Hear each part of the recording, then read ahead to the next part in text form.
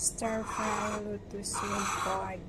Meron akong lotus, guys. Ito, lulutuin ko. Nagpakulo na ako. Ilalagay ko na. Ipa-fry ko to. So, lagain ko lang siya ng mga 2 minutes kasi nga, yung pagka-slice ko nito is napakanipis. Pangit naman kasi kapag lata pa. Overcooked.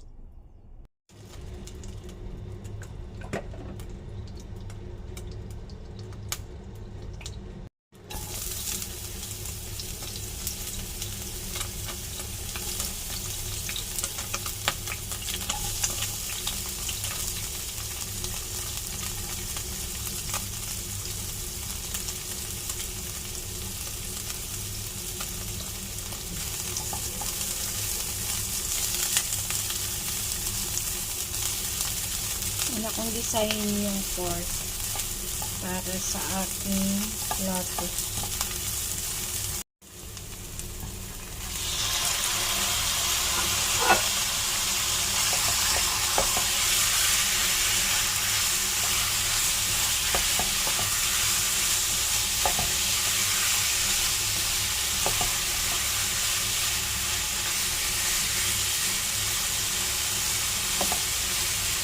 Ito na yung ating lotus, guys.